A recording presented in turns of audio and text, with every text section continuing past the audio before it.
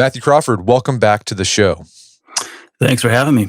So we had you on a couple years ago to talk about your book, The World Beyond Your Head. And you got a new book out called Why We Drive, Toward a Philosophy of the Open Road. And it's about driving, but it's about a lot more than driving. You use driving as a way to explore topics like freedom, agency, privacy, even self-governance and sovereignty. What was the impetus behind this book? What got you thinking about driving in these terms? Well, yeah. So, I opened the book with a case that's kind of extreme. It isn't sort of everyday driving. And in fact, the book is really about mobility in general and trying to think about, how that hooks into various sort of elements of human experience. So I describe riding a dirt bike on a trail through the woods. So there's roots, there's rocks, there's mud, there's steep descents, creek crossings, all this stuff. And I might be going only 15 miles an hour, but I'm at the very limit of my mental ability. It takes total concentration. And when I push it a little beyond my current skills or my comfort level, and it goes well, meaning I don't crash, and maybe even I get a little glimmer of some new finesse, I feel justified somehow. I feel a kind of vindication. It's hard to describe. It's almost existential. And in pursuing that feeling, I once had 4 trips to the emergency room in the course of 12 months. So broken bones, a bunch of them. Now, to ride a bike off-road is, of course, in no way typical of the driving that we do most of the time. So it's an odd choice of anecdote to open an inquiry that ranges widely over the driving experience. But the heightened feeling of exposure you get on a dirt bike, I think, recalls you to something really basic. And that is that we're fragile. We have bodies. And there's a certain risk that's inherent in moving around by whatever means. Now, if you're responsible, you do everything you can to minimize that risk. But my hunch, and what really kind of spurred me to write the book, is that also risk is somehow bound up with humanizing possibilities. And that cuts very much against the ideology of what I call safetyism, where the safer we become, the more intolerable any remaining risk appears. And that seemed like that's especially worth thinking about right now because we've got this push for driverless cars, which is part of what I see as a broader kind of shift in our relationship to the physical world, where the demands of competence give way to a promise of safety and convenience. So I just wanted to think about what we're being asked to give up. So it sounds like moving, being able to move on our own free will, however we want, with the environment. It's like it makes us human. I think Aristotle even talked about that. Like that's one of the features of human beings. Yeah, or even just the difference between animals and a rock, right? Animals get up and move. They're sort of self-moving, I think is the phrase, often for no apparent reason. It just seems to be part of being an animal, means having a body and moving around, as opposed to being carried passively. And there's some great psychological research on that difference and the importance of actively moving in childhood development. It's when you start developing a kind of mental map of the world. Once you start, you're no longer being carried by your mother. So I like that you use this idea of the self-driving car because, and this is a theme that you explore throughout the book, is that everyone's talking about this is the future. Self-driving cars, the future, it's going to happen. But you highlight this survey that says that 70% of Americans actually enjoy driving. So it's like they don't even want this thing, but we're told, no, it's the future. This is what people want. So who's driving this narrative that people want a self-driving car where they can just sit and twiddle on Instagram while they get to Whole Foods or whatever? Well, Brett, it sounds like you're expressing skepticism about the future has decided it. Are you questioning the future? I think I am. I mean, there's this kind of inevitability that is a big part of the narrative, and I think it's used to sort of try to demoralize any kind of opposition. So yeah, it's clear that this is very much a top-down project rather than a response to consumer demand. I mean, when they poll people, people still don't trust the driverless technology. Now, in a sense, there's nothing new about that. And the science of marketing has been, for 100 years, in the business of creating new needs.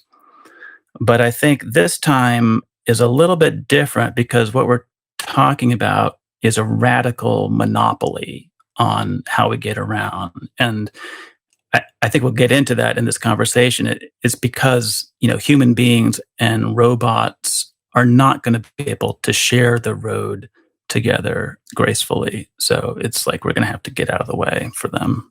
And it's got to be either or. It can't be a mixture of the two.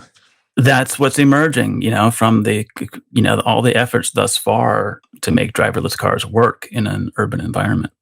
And I mean, the other thing too, this goes to this idea of sovereignty. What's weird about this push for driverless cars, it's not the state. It's not cities, states, nations who are calling for this.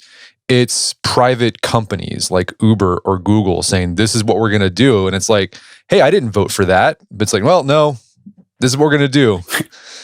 Yeah, right. I mean, what we're talking about is all of the infrastructure of mobility being remade according to the dream of, perfect order that is really, a cartel of tech firms will be. They will make the trains run on time. You can be sure of it. But what it means is that we won't have any kind of democratic control over, the cityscape, because what we're talking about is the smart city. That's kind of a necessary complement to the driverless car. You're going to have sort of sensors embedded in everything, and all our movements through the city orchestrated by a kind of urban operating system, as it's been called. So for some of us, a pretty dystopian picture, given how frustrating your current operating system might be on your devices. Yeah, I mean, so let's go down this strain of like, there's so many things you can explore. This idea of private companies sort of doing a top down. This is what we're going to do, making decisions, because they make it sound like they're doing it for you. It's like, oh, we're benevolent. We're going to help. You're going to be able to do these things, but there's always an angle with these guys. And not only are they going to reimagine the cities, but because they control the means of movement, they're able to get information about you and use that information to, nudge you to go to different places while you're getting shuttled in your little Google car. Yeah. I mean, what is Google? What it is the world's largest advertising firm. So I think the idea is, all of your movements will be surveilled. And as it turns out, your movements through the world are an especially valuable form of behavioral data for composing a picture of who you are and developing a sort of proprietary science of behavior management. I mean, this is the new frontier of surveillance capitalism. And I think what we're talking about is the transformation of the car into a device that will kind of answer to this same logic of surveillance. And not only that, but you're now strapped in there. You're basically a captive audience. So you can imagine that maybe there will be fleets of driverless cars trolling around, and you can hail one for free. Well, except it's not really free, because before you get underway, you're going to have to sit there and decline all these offers tailored to your unique lifestyle. So there's definitely an angle. And I mean, this idea also is creepy about this. We already have this to a certain extent with our smartphones. I mean, even if you drive, you're not in a smart car. If you have a smartphone with you, Google knows where you're at. Yeah. And because you lack that privacy, it's like, well, are you really free? I mean, are you really a free human being if you can't go somewhere without anyone knowing where you're at? Right. And, if you raise that point, what they'll say is, well, you're free to opt out. Just look at the terms of service. Of course, it's kind of a fault. I mean, you don't really have any leverage. Now, you can decline the service altogether.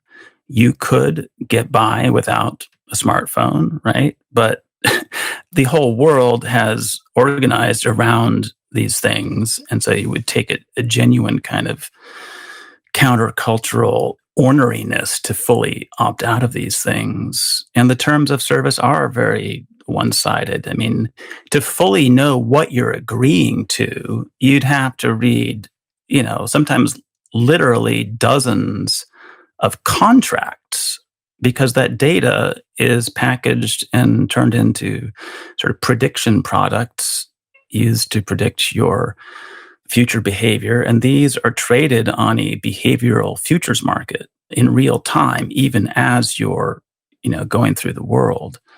So, this starts to look like a kind of a new form of government more than free market or something like that.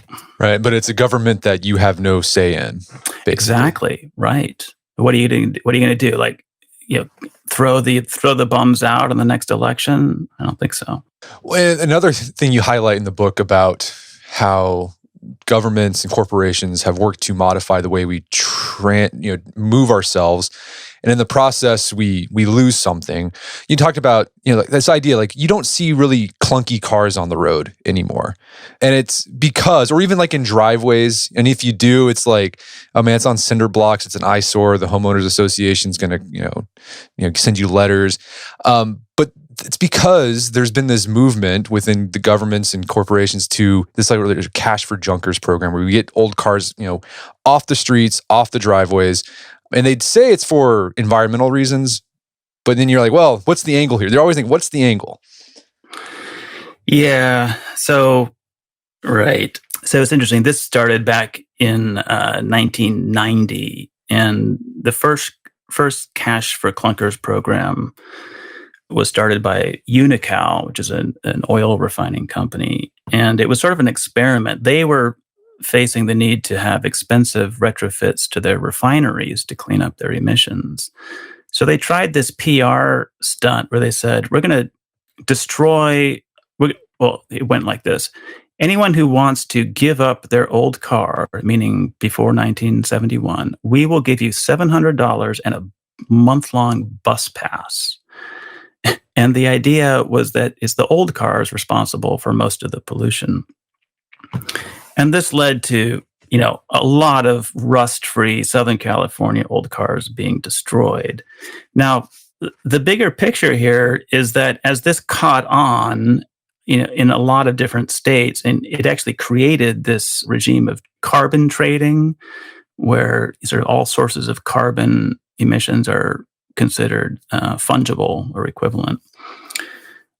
What it did is it created a kind of false environmentalism that in fact enforces obsolescence, sort of accelerated obsolescence, getting these cars off the road. Now, when you think about all the sort of energy and material flows involved in creating new cars, as opposed to just, fixing an old car, the environmental picture is very mixed as to whether this is doing anything for air quality.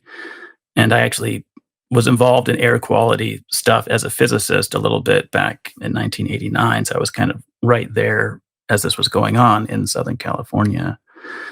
But the other part of this is there's this kind of suburban aesthetic of tidiness. And someone with an outdoor inventory of used auto parts is not part of that equation. So I actually got a letter from my insurance company telling me I needed to remove all the debris around my house, as they called it. What they meant is all this, my stash of auto parts. I've got all kinds of stuff. And this is a pattern where municipalities often, they're acting on behalf of real estate interests against established residents, will declare it a nuisance. They'll sort of harass you bureaucratically to make you get rid of this stuff. And the reason that's significant, I think, well, a couple of reasons. One is just kind of at the level of sentiment. when you're taking care of old stuff, there's a kind of moral sensibility of stewardship. And I mean, sentiment attaches to the things that you've had in your life. They've been with you through a lot. It's almost like kind of loyalty to stuff, which sounds a little nutty, but I think it grounds a sense of the continuity of the world. And they can serve as a shelter from the relentless onslaught of the new. And then, of course, also, this bureaucratic piracy is dispossessing people of a real form of wealth, frugal and resourceful people who might rely on a parts car or two parked out back. And again, there's that sense of you're not in control anymore. There's like a reduction of your agency or what you're able to do in the environment. Yeah. And I mean, it began with good intentions. So Lady Bird Johnson, back in the 60s, sort of agitated for cleaning up the road and getting eyesores out of the way. And it was, for the most part, was a good idea because there was actually a lot of litter back then. People forget that we sort of had to learn to not litter. And also there were salvage yards that weren't screened off from the road. So it was a beautification effort. But then it kind of shaded into something a little more ruthless, namely this, not in my backyard, no junk yards, no salvage yards, even though it's places like that that are kind of keeping alive the ethic of repair, which is, what could be more environmental than cobbling together a car from salvaged parts that have been cast off that you're sort of foraging locally. I mean, that's a pretty positive environmental thing. So you started off talking about you riding your bike, your dirt bike, and sort of exploring the intersection of risk and safety and, sort of existentialism and like what it means to feel alive. But you have this whole section of the book talking about the history of car safety. And cars are a lot safer than they were, say, 40 years ago. I mean, what are some of the stuff that's happened that we kind of take for granted and how cars have gotten safer? Well, the biggest improvements came with seat belts and then airbags. And that was the low-hanging fruit, and it was a massive increase in the safety of the car. And then, there's traction control, there's anti-lock brakes, and now sort of automatic braking. And these are slightly different in nature. They help at the limit, in a kind of panic situation. But they can also have a slight de-skilling effect where you're no longer sort of getting familiar with the behavior of the car at the limits. And it was interesting. There was a study of automobile safety way back in the 70s that discovered that some safety improvements in the car lead us to drive less safely.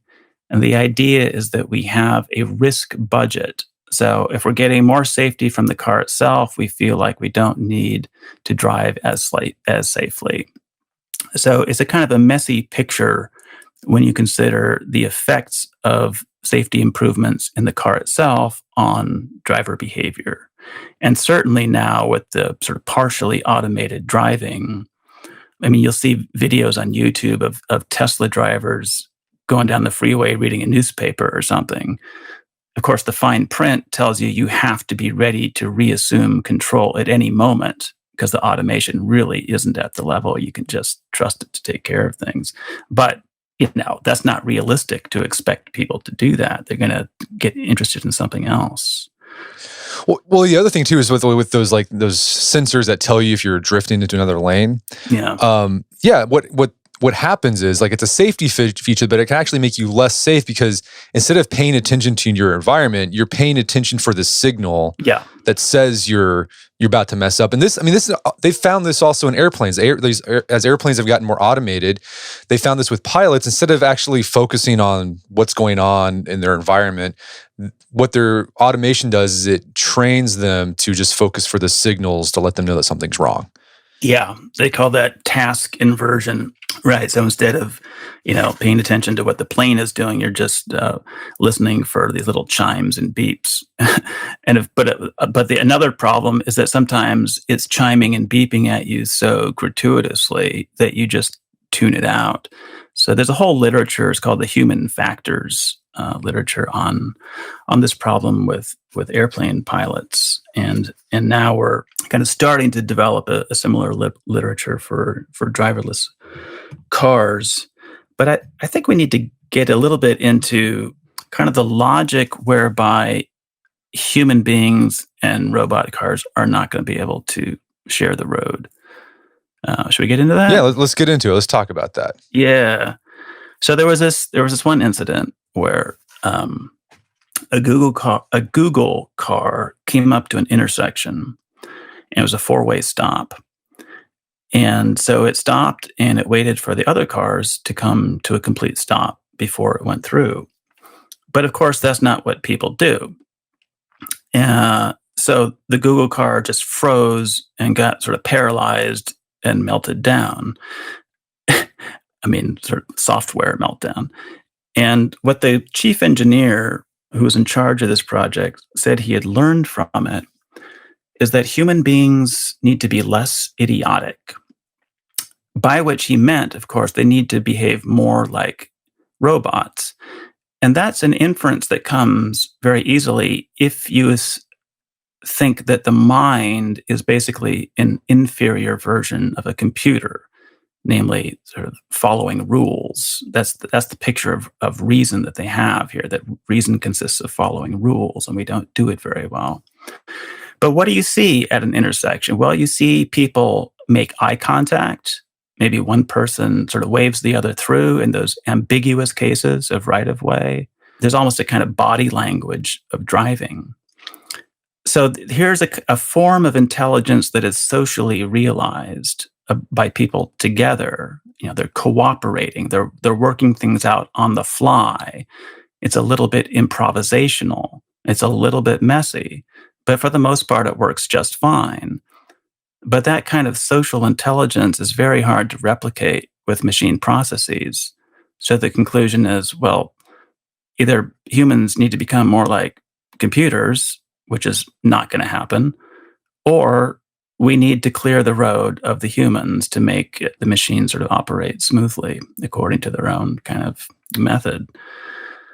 So that's the basic problem. Just two, artificial intelligence and human intelligence they're so different in kind that they don't play very well together.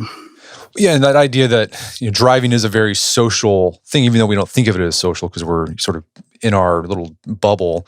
But the other problem with that you talk about that the automated cars are having is that every community has their own social norms for driving. Yeah. So in Pittsburgh, I think you talked about in Pittsburgh, like there's the Pittsburgh left turn. They let someone, if you're at an unprotected left turn and there's a car going straight, the car going straight lets the left turn guy go first. Yeah. And it's like a Pittsburgh thing, but like a Google car would be like, no, it has to be the same everywhere. So it doesn't allow for like bottom up sort of governance. Yeah. And it's interesting. There's a whole new kind of thing emerging in cognitive science that emphasizes that the human mind is exquisitely good at predicting others' behavior. And it's a kind of circular thing where we mutually predict one another's behavior. And social norms help to anchor our expectations of what others are going to do, and that makes that task a little bit easier. So when you think of how exquisitely fine-tuned the human mind is for predicting each other's behavior, it starts to seem a little bit gratuitous to replace all that with rolling supercomputers, basically. If you look at an intersection at Rome, Americans are often horrified, or they travel to Rome and they come back. It looks like chaos. Of course, they're also kind of admire it because it's such a, it's just such a different way of proceeding.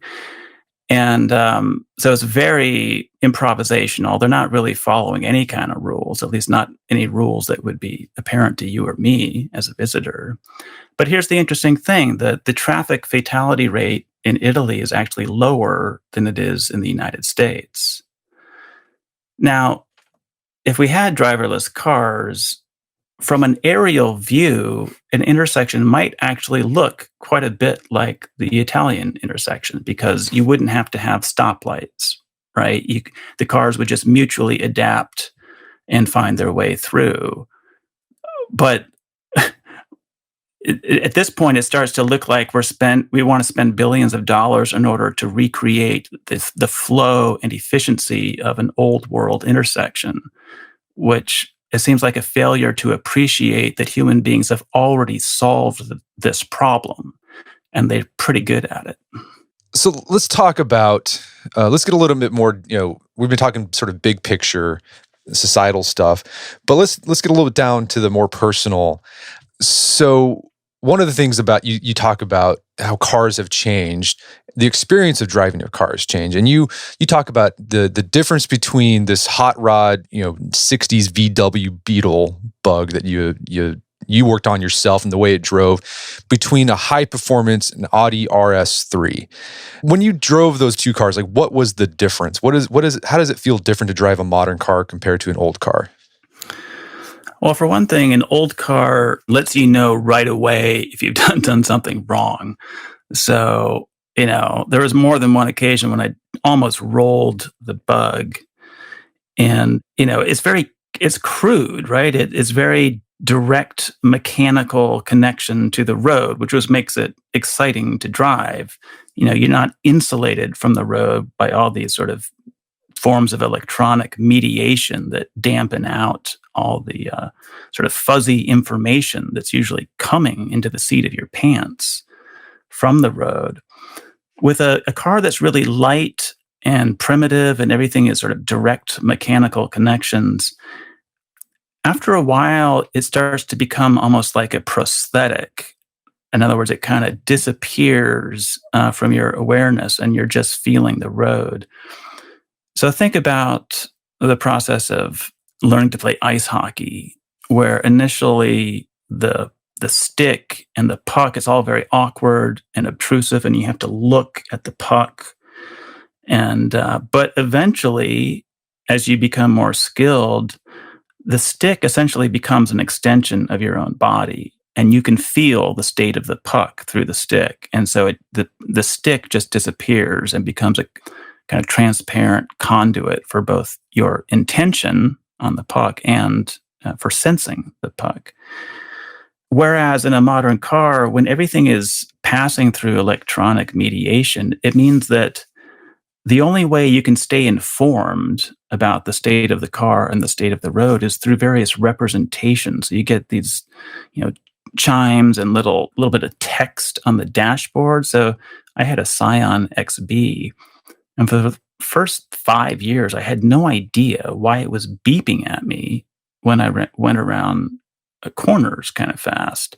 And finally, I saw there was a little tiny bit of text that said stability, meaning that the stability control was kicking in. And I didn't even know I had lost traction because I just couldn't feel it. So, no, and I've when you mentioned that, when you talked about it in the book, I was trying to think back when I've driven an old car. I've had that same experience when I've driven an old truck without any power steering, without any anti-lock brakes. Like at first, it's very disconcerting because you're like, "What the heck is going on?" Like it doesn't feel. But then after a while, you start, like you said, you start to feel the road. And then when you like in a modern car, it doesn't feel like you can feel the road. You feel like you're just sitting in a car and kind of guiding it with the steering wheel. It's a weird difference. It's hard to explain. It's a subtle thing, but there's definitely a difference. Yeah, and the windshield almost starts to seem like one more screen, and it can't really compete with all the dopamine candy coming through your other screens. And so obviously, as cars get more boring to drive, more, abstracted, this has definitely contributed to distracted driving because there's just not much to engage your interest because in an old car, it's your ass that's going 60 miles an hour. You're not cocooned in 4,000 pounds of plushness with, the sort of elevated tank-like enclosure. I mean, cars have gotten so heavy and so enclosed. If you get in a car from the 80s or earlier, you'd be shocked at how much visibility we've given up. It's like all glass. So now backup cameras are required since 2018. And it makes perfect sense that they are required because we've given up so much visibility and peripheral awareness. So yeah, the new cars give you like lull you into a false sense of security. So it allows you to, I can look at my phone because you don't have to pay attention. You're not getting any feedback from the road. But what's interesting too is that while car companies have made cars safer and sort of taken the road from the driver, what they've had to do is they've had to artificially inject things back in, so that it feels like you're driving a car. So I forgot which one. I think it was like a BMW. Like the engine is so quiet. I think, or even like on electric cars, when you turn it on, like they'll have like an artificial vroom sound, so it feels like you're driving a car. Yeah, so BMW and a few other car makers, they actually pipe engine sounds into the cabin through the sound system. So it's like they're trying to remedy this abstraction with basically a falsification, which is a curious sort of dynamic. So let's talk about, you took a deep dive into hot rodding culture. And this is something you do. You geek out on cars and modify them the way you want it. And in this chapter, you got really geeky trying to explain some of these technical aspects of hot rodding, but you do it to make a point. And you talk about that it's getting harder and harder to actually, for individuals to modify a car the way they want to than it was, say, 40, 30 years ago. What's changed? Well, it's a mixed picture. So there was sort of the first goldenrod of hot rodding, or golden age rather, that went from like after World War II right up until the 80s. And then electronic engine management made things a little opaque under the hood for the typical shade tree mechanic. But then an interesting thing happened. The internet happened, and now you have these technical forums devoted to all these different kinds of cars, and people have figured out how to hack the software and turn it to illicit purposes. So this is actually, I would call, the second golden age of hot rodding. People are getting crazy horsepower out of engines these days. So one thing that when you go really deep, like this bug I'm building right now it's going to have, let me put it this way, 5 times the horsepower it was designed for, which means you have to rethink every aspect of the car. And the thing is, you can't just look for available parts. You're mixing parts from many different manufacturers, and you're sort of cobbling things together. And what that means is that the parts numbers that are used for inventory are not going to help you, because what you need to know is like the actual dimensions of something, and can I make this fit? And that's very hard to find on the internet. You often end up making the part yourself, if you have the machining and welding capabilities, because it's just easier than hacking a bureaucracy where you don't know the part number. You just need, you try to go to a parts counter and describe what you need, and you're not going to get anywhere. Yeah, you talk about how you use this sort of explore this idea that knowledge, in a weird way, it feels like it's democratic, but we've also made it more medieval in a lot of ways, where only certain like high priest of say gearheadum, like car parts, like actually know the dimensions of a particular gear, whatever. Whereas before, because you can assign a part number to something, anybody can just say, oh, part number, like you could just put anybody there. But like, if you really want to know that, like how big it is, you had to call like 3 different people to finally find someone who knew the size of this part you were looking for. Yeah. There's also this sort of opposite thing where the world of parts numbers only makes sense within some company, within their kind of bureaucratic parts inventory system. Whereas when you're talking about, so that's a kind of form of priestly authority, right? You have to go through the bureaucracy. Whereas if you can express something in universal units of measurement, then you're talking about a form of knowledge that's accessible to anyone with a few basic measuring tools. And it's interesting that that's the ideal of knowledge that we get from the Enlightenment, that we should be get out from under the authority of priests and trust our own eyes and our own instruments. And that's kind of the dynamic I see with gearheads. They're not depending on the bureaucracies that sort of want to provide things ready-made. They're going all the way back to basics and measuring stuff and making stuff and figuring it out. And this also kind of speaks to this movement you've seen with not only cars, but tractors, where you're not really buying a tractor. This happens, I guess, with John Deere, sort of the big example. You're not really buying a John Deere tractor anymore. You're leasing the right to use the software. And so it's hard. It's becoming harder and harder for farmers to fix a tractor themselves and just use a part from another tractor, because the terms and agreements of, when you bought when you thought you were buying a John Deere tractor, don't allow that. Yeah, there's been a movement called right to repair. Have you heard of that? I have, yeah. Yeah. So the idea is that, a lot of the car manufacturers are claiming intellectual property rights over the diagnostic software, which means that unless you work at the dealership, you're not going to be able to fix it. Or if you're an independent shop, you have to pay a huge rents basically every month in order to have access to that updated diagnostic software. So, then it really does feel like it doesn't belong to you, that you're just kind of allowed to use it for a while. And that's a very different picture of ownership. And I think people aren't very comfortable with that for good reason, because I don't know, to be fully master of your own stuff gives you a kind of feeling of independence. And in so many areas of culture, including material culture, we're kind of sliding into this passivity and dependence, which doesn't sit that well with sort of the democratic personality as it has existed thus far, the spirit of self-reliance and the spirit of self-government. Well, yeah, I mean, a perfect example of that. And instead of owning physical books, you own books on your Kindle. You think you own them, but in the terms and agreements of Amazon, they can delete that for whatever reason they want, if they want to. Yeah. Yeah.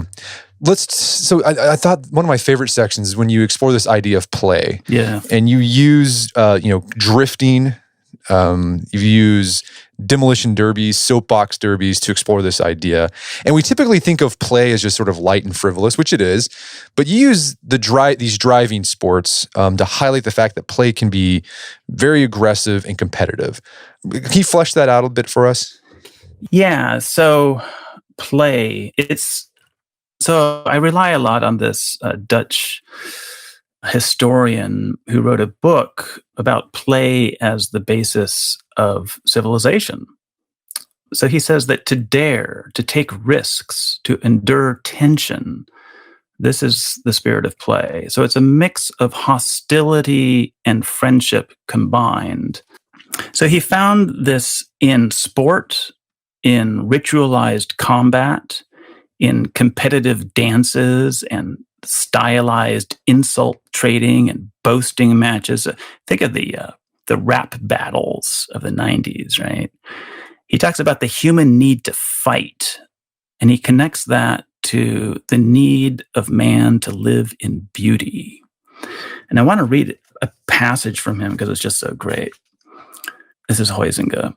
He says, "We have only to watch young dogs to see that all the essentials of human play are present in their merry gambols. They invite one another to play by a certain ceremoniousness of attitude and gesture. They keep to the rule that you shall not bite, or not bite hard, your brother's ear. They pretend to get terribly angry." I love that. And I think if dogs playing resembles human play, we could just as well say the opposite, that human play expresses the animal spirits in us. And as such, I think it stands against the ideal of rational control that has become so pervasive in contemporary culture. And play in this way, I think, answers to a very basic need. but it's expressing this part of the soul that sits uncomfortably with the contemporary taste for order. So it's subject to censure as irresponsible on safety grounds, or because it's competitive as a threat to the ethic of equal esteem. It doesn't sit very well with egalitarianism because it's basically a thirst for distinction among the other players. So it's like this closed circle. It's inherently exclusive. It stands apart from the rest of society. You see something like this in the movie Fight Club, which really revived this idea of a basically masculine form of play that is, can be violent. And motorsport, it sort of exemplifies that, I think. It's almost like, I have a chapter called The Motor Equivalent of War, where I'm seeing these warlike energies get channeled into motorsport. And like that sort of, what's interesting, that aggression of play it's just aggression. It's not about dominance. Oftentimes, it's not about you're not trying to destroy the person, right, but you want to, I don't know, you want to aggress against them because it gives you something to push against and allows you to feel, I don't know, like you're a person, really. Yeah, I think we kind of confuse the will to distinguish yourself we confuse that with the will to dominate others. And so the thirst for distinction gets, a bad rap because it looks like the will to tyranny. And I think the irony here is that it's the effort to clamp down on play is itself a kind of tyrannical need to control everything. And you see that, for example, in sort of affluent progressive schools where you have these playground minders who are, on the lookout for signs of trauma to the fragile selves that they're busy cultivating. In a weird way, like clamping down on that competitive spirit and trying to make everyone feel safe and equal, in a weird way, can actually end up disrupting like the social order and like you get chaos. Yeah, because Huizinga points out that play is the origins of social order. Because think about it, games have rules. You have to submit to the rules of the play community. So these rules are not just emanations from your own will. So he finds the origins of institutions historically in these sort of competitive play fields. And it's interesting, at one point in the book, I speculate about maybe this clampdown on play has some kind of connection to phenomena like, the mass shooter, where here you have some kid who is not able to find any way to make a name for himself, to distinguish himself, but through this eruption of infantile rage. That strikes me as the opposite of fighting and playing, where you're coming up against the civilizing influence of other people who push back against you. It's sort of radically solipsistic. You did this one diversion I thought was interesting. You go to something that's called a hare scramble race, and inadvertently you were able to see, you met like the true feminist. Well, yeah, hare scramble is a race through the woods on motorcycles. And so, before it gets into the woods, the start is in a big open pasture. And once you get into the woods, it's very hard to pass. So the start is really crucial. They're all trying to get to the first corner first. And it's a free-for-all. I mean, there's wheelies off the line, people going down in the mud. And there's no authority figure to appeal to say, oh, false start or, foul. It's just a bunch of grown-ups doing it for themselves. And that was attractive about it to me, the sort of absence of bureaucratic sort of supervision. And I was struck that there was quite a few women at these races, and some of them are super fast. And so, this is a kind of rednecky crowd, right? And it seemed like there was an unforced ease of gender relations going on here that was interesting. The women just show up and race. There isn't some entity making sure there's gender equity in the sport. they don't think of themselves as overcoming oppression. They just find their satisfaction in meeting the demands of the craft. And it's interesting. There was one woman. She was not a racer, but her son was. So she looked a lot like Roseanne Barr. And so her teenage son is all suited up for a race, but he's got this hesitant look on his face. And I hear her bark, "Quit being a fucking vagina." And I had never heard this expression before. I was a little taken aback. But I think it was maybe a saltier version of this saying that Plutarch records among the Spartan women, where apparently they would say to their sons going off to battle, "Come back with your shield or on it." He relates another thing where the Spartan army had gone out to fight and they got routed, and now they're running back to the city, and the mothers of the city, they close the gate against them, and they get up on the wall and they lift their skirts and they say, "What are you doing? Trying to climb back in here?" And the army goes back out to fight and prevails. So in all of these, it's like the women are demanding strength of their men, man up. And the sociologists tell us that that's fairly typical in the working class, that the women prefer their men to be manly. Whereas in upper middle class society, both men and women adopt more feminine norms. So that struck me as quite a contrast to the more polite precincts of society where, it's sort of the meritocracy where you're dependent on these institutions and gold stars to sort of keep moving forward. And there's this kind of propaganda program of girl power and female empowerment that doesn't seem to work very well because it creates these very fragile young women and a kind of sexual paranoia on campus where it's all about, trying to protect their feelings.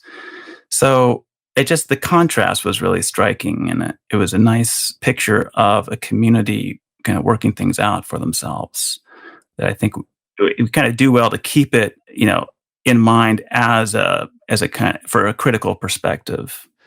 Well, yeah, that Roseanne Barr lady who demanded strength from her son, like she herself was a strong lady. You probably wouldn't want to wouldn't want to mess with her. Yeah, so it doesn't really look like patriarchy. It looks like matriarchy. It's funny. Yeah.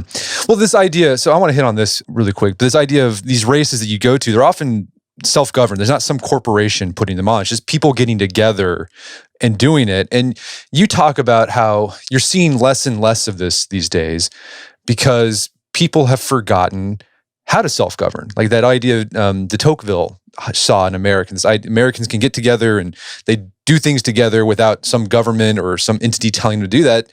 We've lost that in a lot of ways. Yeah. So yeah, I'm gonna read a little passage from Tocqueville here. So as your listeners probably know, he was this French guy who came to America, traveled around, and reported what he saw back in the 1850s. He writes, "Children in their games," he's talking about Americans, "are wont to submit to rules which they have themselves established, and to punish misdemeanors which they have themselves defined." So he's marveling at Americans' habit of self-government and the temperament that it both requires and encourages from a young age. He writes, "The same spirit pervades every act of social life." Now, it used to be that Americans had a lot of voluntary associations, things like volunteer fire departments, fraternal organizations, mutual insurers, trade associations, labor unions, where they had the habit of this kind of, like the town hall meeting in New England. But at some point, that way of life more or less collapsed. And there's a Harvard political scientist who documented that in a book called Bowling Alone. We still have voluntary associations, but they're now usually run by salaried professionals, not the members themselves. So I described this desert race out in Caliente, Nevada, where the same families have been coming to participating in this race for generations. And so at the drivers' meeting the day before, they're kind of going over the terrain, they're going over sort of land use issues because they have this relationship with the ranchers that allow them to do this and with the town. And this phrase kept popping up in the drivers' meeting. It was use your head. This isn't like a certified safe experience. This is being handed to you. It's, you're out in the desert amidst the rattlesnakes. Use your head. And it was sort of a bracing idea that you would use your head and that this community would be self-governing in this way. And it's funny, the spirit of it's not like these are kind of vandals wrecking the desert. They have a very keen awareness of kind of stewardship, not only for the desert itself, but for the relationship with the townspeople. This is an activity that gives meaning to these families over a long period of time. So they're basically taking care of something and fully invested in it and fully responsible for it and for themselves. And that struck me as very much what Tocqueville was describing. But as you said, like we've lost that because now we have organizations that just tell you all the rules, take care of everything, and it's convenient. But in the process, you're like de-skilling yourself in a way that allows you to govern or take part in the democratic process. So self-government, I think you can think of that in at least a couple of different ways. One is just self-command. So self-government can mean the ability to skillfully control your car, the ability to temper your impatience with other drivers, the ability to keep your attention directed to the road in the face of multiplying distractions. And on the other hand, I think self-government is a question when we're talking about who gets to decide what sort of regime of mobility we're going to have.